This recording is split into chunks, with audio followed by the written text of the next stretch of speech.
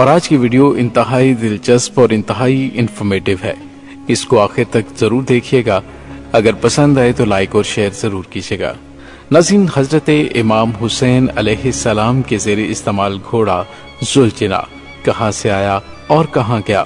حضرت مسلم بن عقیل علیہ السلام سے روایت ہے کہ اے لوگو، حسین ابن علی علیہ السلام کے گھوڑے کے سموں سے اڑتی ہوئی مٹی کے پیچھے چلتے جاؤ، جنت میں پہنچ جاؤ گے۔ حسین ذوالجناح کوئی عام گھوڑا نہیں تھا، اسے رسول اللہ صلی اللہ علیہ وآلہ وسلم جیسی عظیم شخصیت نے یہ لقب دیا تھا، اور بعض مورخین کے نزدیک اس کا اصلی نام مرتجز تھا، لیکن اس کی غیر معمولی جسامت اور خد و خال کی وجہ سے رسول پاک صلی اللہ علیہ وآلہ وسلم نے اس کو لقب ذوالجناح دیا۔ بعض مورخین کے نزدیک ذوالجناح اور مرتجز دو الگ الگ گھوڑے تھے، لیکن یہ بات بعض مورخین کے نزدیک بعید قیاس ہے۔ ذوالجناح جسمانی ساخت کے لحاظ سے دوسرے جانوروں سے مختلف تھا۔ اس کی پیشانی پر ایک خوشنما اور چمکدار ابھار تھا۔ مغربی دیومالائی قصوں میں ایسے گھوڑوں کو یونانی کون کے نام سے پکارا گیا۔ حضرت سلیمان علیہ السلام کے پاس ایسے گھوڑے پائے جاتے تھے جن کے ماتھے پر ایک چمکدار ابھار یا سینگ ہوا کرتا تھا، اور ان کے پر ہوتے تھے جو طاقت پرواز بھی رکھتے تھے۔ بعض روایات کے مطابق ذوالجناح کا شجرہ نسب حضرت اسماعیل علیہ السلام کے گھوڑے سے جا کر ملتا ہے۔ دوسری روایت ہے کہ حضرت ابراہیم علیہ السلام جس گھوڑے پر فلسطین سے مکہ آیا کرتے تھے، اسی گھوڑے کی نسل سے ذوالجناح ہے۔ بعض کے نزدیک ذوالجناح بھی جنت کی سواریوں میں سے ایک سواری ہے جو رسول خدا صلی اللہ علیہ وآلہ وسلم اور اہل بیت اطہار کے لیے براق کی طرح خدا نے بھیجا تھا۔ بعض کے مطابق یہ ذوالجناح کوئی عام گھوڑا نہیں بلکہ ایک جن تھا جو اللہ کے حکم کے مطابق اہل بیت اطہار کی خدمت پر مامور تھا، اور اپنے فرض کی تکمیل کے لیے 61 ہجری کو واپس لوٹ گیا۔ بعض کے نزدیک ذوالجناح ایک فرشتہ تھا جسے یوم عاشورہ کے واقعات کا گواہ بننا تھا، جیسا کہ حجر اسود بھی ایک فرشتہ ہے جو عہد الست کا گواہ ہے، اور اللہ تعالیٰ نے پتھر کی صورت میں اس فرشتے کو دنیا میں بھیجا تاکہ اس بات کی گواہی دے کہ کون لوگ عہد الست پر قائم رہے۔ ذوالجناح قدرت کے مطابق واقع کربلا کا گواہ ہے۔ مورخ یہ لکھنے پر مجبور ہو گیا کہ رہوار حسینی گھوڑا نہیں کسی اور دنیا کی مخلوق نظر آتا ہے۔ ناظرین، ذوالجناح رسول اللہ صلی اللہ علیہ وآلہ وسلم کے پاس کیسے آیا؟ ذوالجناح کو رسول پاک صلی اللہ علیہ وآلہ وسلم کی خدمت میں تحفے کے طور پر پیش کیا گیا۔ ایک واقعے کے مطابق مصر کے علاقے اسکندریہ کے بادشاہ مقوقس نے رسول اللہ صلی اللہ علیہ وآلہ وسلم کی خدمت میں ایک خاتون سودا بنت رما کو اور ایک بے مثال گھوڑا روانہ کیا۔ رسول خدا نے سودا بنت رما کو عقد کے ذریعے داخل حرم کیا اور گھوڑے کو پرورش کے لیے حضرت علی علیہ السلام کے سپرد کیا۔ یہاں یہ بات قابل ذکر ہے کہ ایک بادشاہ اپنے وقت کی سب سے با اثر شخصیت کو جو تحفہ پیش کر رہا ہے، لازمی اس میں کوئی خاص بات ہوگی۔ کہا جاتا ہے کہ اسکندریہ کے علاقے میں جو مصر کے شمال اور بحیرہ روم کے جنوبی کناروں پر واقع ہے، ایک گھوڑا جو آزادانہ پھرتا دکھائی دیتا تھا۔ یہ گھوڑا افسانوی کردار کا مالک تھا۔ بہت سے بہادروں اور مہم جوؤں نے اسے گرفتار کرنے کی کوشش کی لیکن ناکام رہے۔ اس طرح اس گھوڑے کا قصہ زبان زد عام ہو گیا۔ ایک طرح گھوڑے کا ذکر مافوق الفطرت داستان کے طور پر ہونے لگا۔ بادشاہ مقوقس نے رسول خدا صلی اللہ علیہ وآلہ وسلم کی خدمت میں بے مثال تحفے بھیجنے کی خاطر اپنے کارندوں کو اس گھوڑے کو پکڑنے کے لیے روانہ کیا۔ مقوقس کے کارندے اس گھوڑے کو پکڑنے میں تو کامیاب ہو گئے، لیکن اس میں سوار ہونے میں ناکام ہوئے۔ چنانچہ اس گھوڑے کو اسی طرح رسول خدا صلی اللہ علیہ وآلہ وسلم کی خدمت میں روانہ کیا گیا۔ اسکندریہ سے مدینے تک تمام راستے میں اس گھوڑے کو بڑے بہادر افراد قابو میں رکھتے۔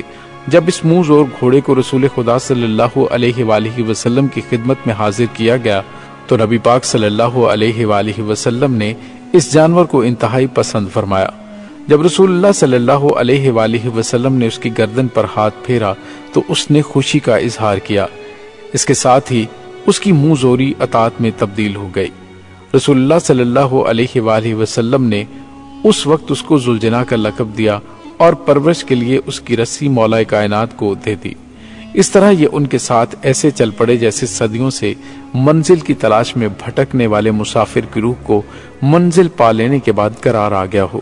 ذوالجناح کا رنگ داغ موتی کی طرح سفید تھا، لہٰذا پتہ چلا کہ یہ ذوالجناح حقیقت میں رسول اللہ صلی اللہ علیہ وآلہ وسلم کا ہے۔ اس میں قدرت کا راز یہ ہے کہ آئندہ جب بھی ذکر ذوالجناح ہو فقط راہوار حسینی کی وجہ سے نہ پہچانا جائے، بلکہ اس کا ذکر ہو تو یاد رسول خدا صلی اللہ علیہ وآلہ وسلم بھی تازہ ہو۔ اور ذوالجناح کو یہ بھی شرف حاصل ہے کہ اس کی پشت پر سب سے پہلے اللہ کے نبی صلی اللہ علیہ وآلہ وسلم سوار ہوئے تھے۔ اس کے بعد مولا کائنات حضرت علی علیہ السلام، اور پھر امام حسن علیہ السلام، اور آخر میں امام حسین علیہ السلام نے سواری کی۔ ذوالجناح، مرتجز، عقاب، میمون وغیرہ یہ وہ گھوڑے تھے جو کہ پیغمبر اسلام صلی اللہ علیہ وآلہ وسلم کو مختلف ملکوں کے حکمرانوں نے تحفتاً بھجوائے تھے، اور یہ گھوڑے رسول اللہ کے استعمال میں بھی رہے۔ یہ نبوت و امامت کا معجزہ ہے کہ ان سے مربوط منسوب کسی بھی شے پر زمانے کی کثافتیں نظر انداز نہیں ہوتی۔ اسی لیے 61 ہجری میں یہ گھوڑا اسی آب و تاب کے ساتھ امام حسین علیہ السلام اور اقربا کی سواری بنے ہوئے تھے۔ بعض مورخین کے نزدیک حضرت عبد المطلب علیہ السلام کو یمن کے بادشاہ سعد بن یزدن نے 4 گھوڑے ہدیہ کیے تھے۔ اس وقت رسول اللہ صلی اللہ علیہ وآلہ وسلم کی عمر مبارک 8 برس تھی۔ بادشاہ یمن کی خواہش تھی کہ آپ ان گھوڑوں کو اپنے پوتے کو دے دیجیے گا، وہ بڑا ہو کر نبی بنے گا، میں نے آسمانی کتابوں میں اس کی پہچان پڑھی ہے۔ حضرت عبد المطلب علیہ السلام نے وہ گھوڑے اپنے پوتے یعنی حضرت محمد صلی اللہ علیہ وآلہ وسلم کو پیش کیے، اور آپ صلی اللہ علیہ وآلہ وسلم نے کمسنی کے عالم میں باری باری ہر گھوڑے پر سواری کی۔ ایک گھوڑے کا نام مرتجز رکھا، ایک گھوڑے کا نام میمون رکھا، اور ایک کا نام ذوالجناح رکھا، ایک کا نام تاویہ رکھا۔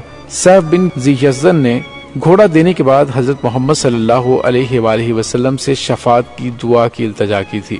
ناظرین، بعض مورخین کہتے ہیں کہ ثقب جو کہ نبی پاک صلی اللہ علیہ وآلہ وسلم کا مشہور گھوڑا ہے اسی کو ذوالجناح کہتے ہیں۔ بعض مورخین کا خیال ہے کہ ذوالجناح کا اصل نام مرتجز تھا۔ چند مورخین کے نزدیک عقاب اور ذوالجناح ایک ہی گھوڑے کے 2 نام ہیں، لیکن خیال یہ ہے کہ رسول پاک صلی اللہ علیہ وآلہ وسلم کے پاس جناح نام کا ایک گھوڑا تھا جسے بعد میں ذوالجناح کہا جانے لگا۔ سید جعفر الزمان نقوی لکھتے ہیں کہ حمیری خاندان میں سے بازان تبع یمن تھا جو کہ سیف بن یزین کی اولاد میں سے تھا۔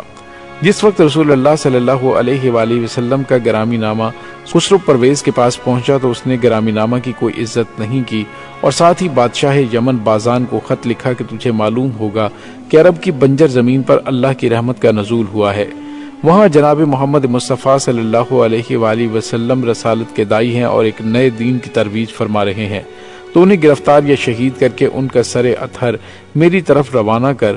جس وقت یہ خط بازان کو پہنچا تو اس نے یہ خط رسول اکرم صلی اللہ علیہ وآلہ وسلم کی طرف روانہ کیا اور عرض کی کہ آپ مجھے آگاہ فرمائیں میں اس کا جواب کیا لکھوں۔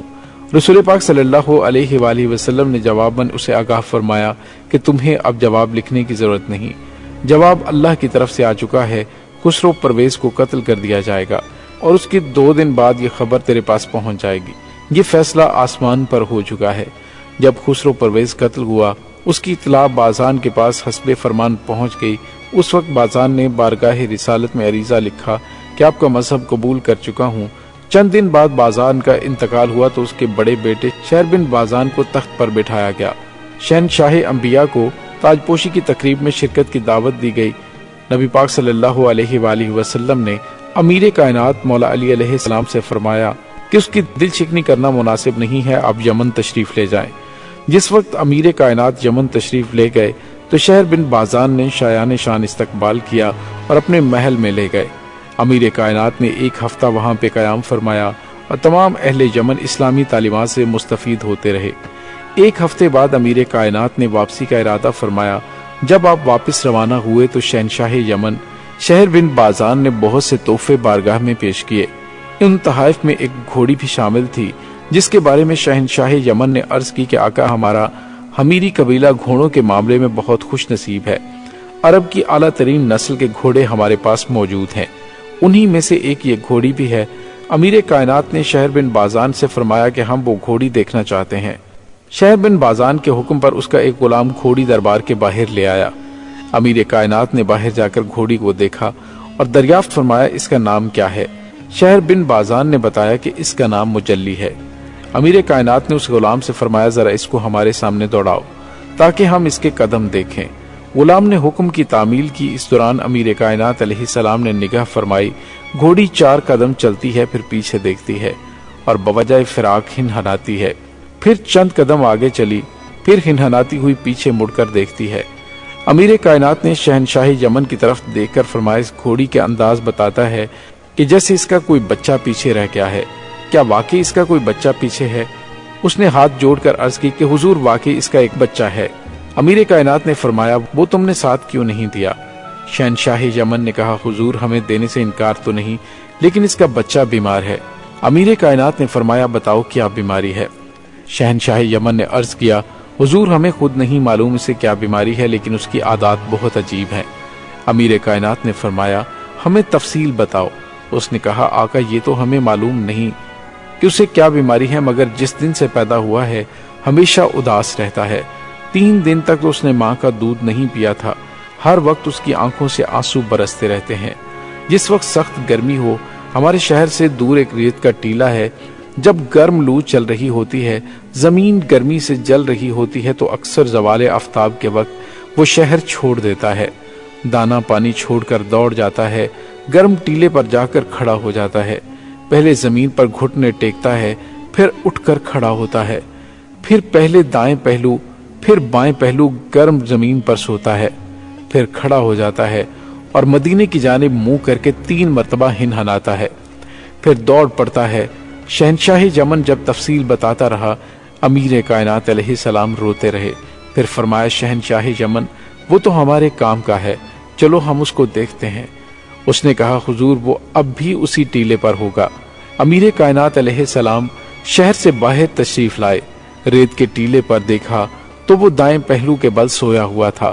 مولا کائنات جب اس کے قریب آئے تو وہ مولا کی خوشبو محسوس کرتے ہوئے دوڑ کر حضور کے قریب آ کر کھڑا ہو گیا۔ مولا کائنات حضرت علی علیہ السلام نے اس کے گلے میں اپنی باہیں ڈال دی، درد کے دریا نے صبر کے بند توڑ کر بہنا شروع کر دیا۔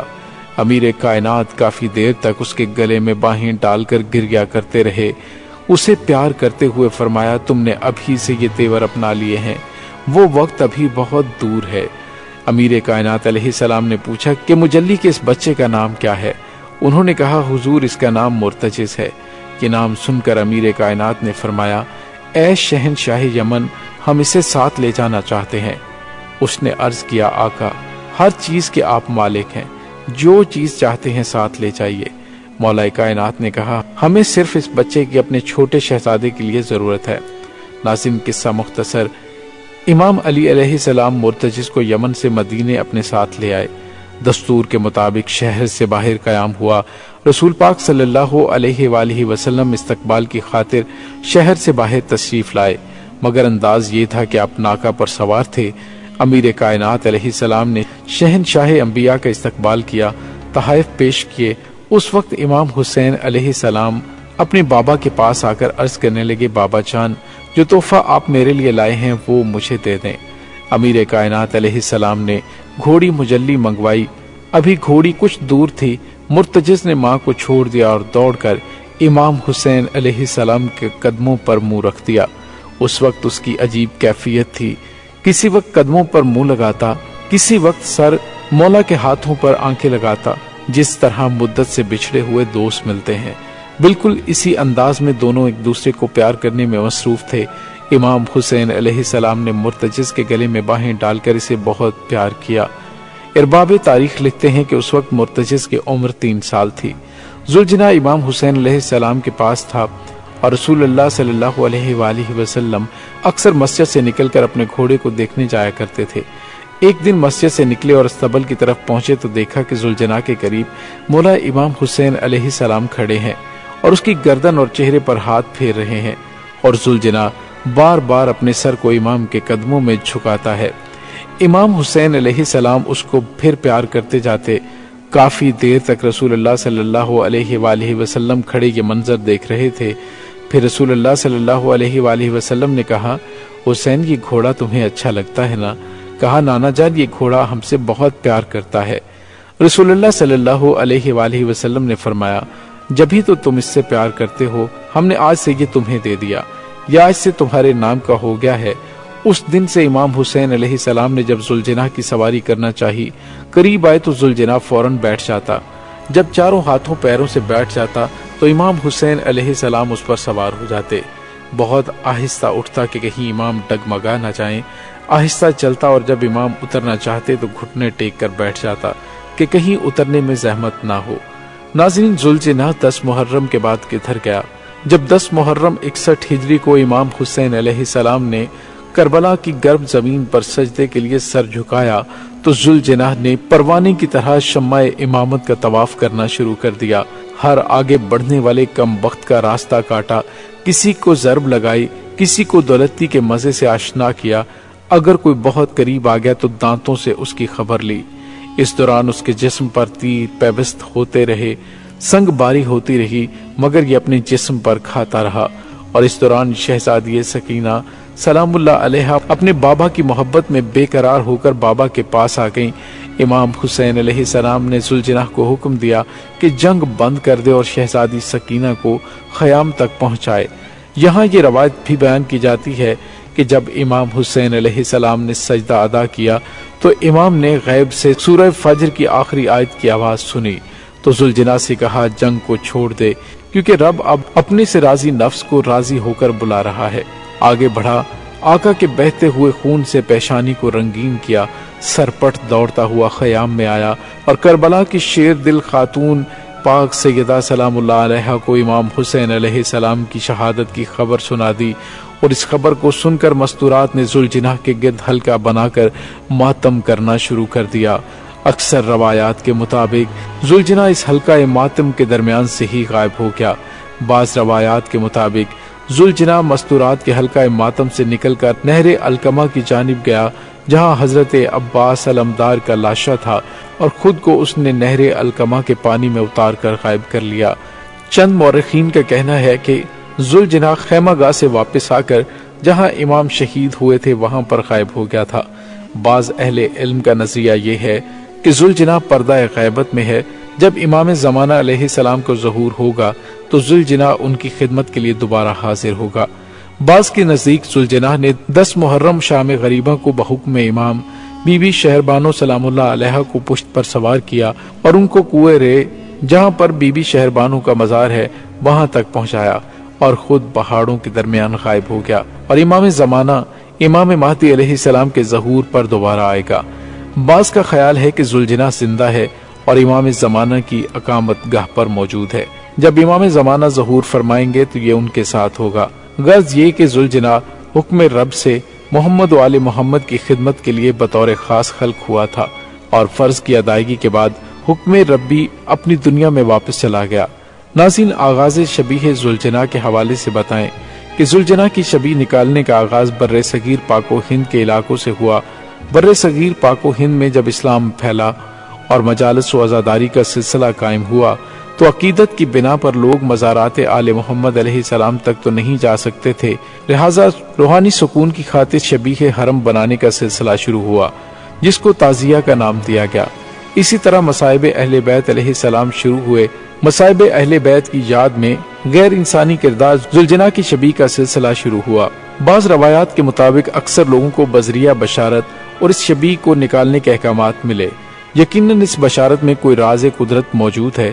بر صغیر میں شبیہ ذوالجناح کا آغاز تعزیہ داری کے ساتھ ہی ملتان سے شروع ہوا، پھر لاہور، جس شہر کو ہمشیرہ امام حسین علیہ السلام کی سکونت گاہ کا اعزاز حاصل ہے، شبیہ عزاداری کا آغاز ہوا۔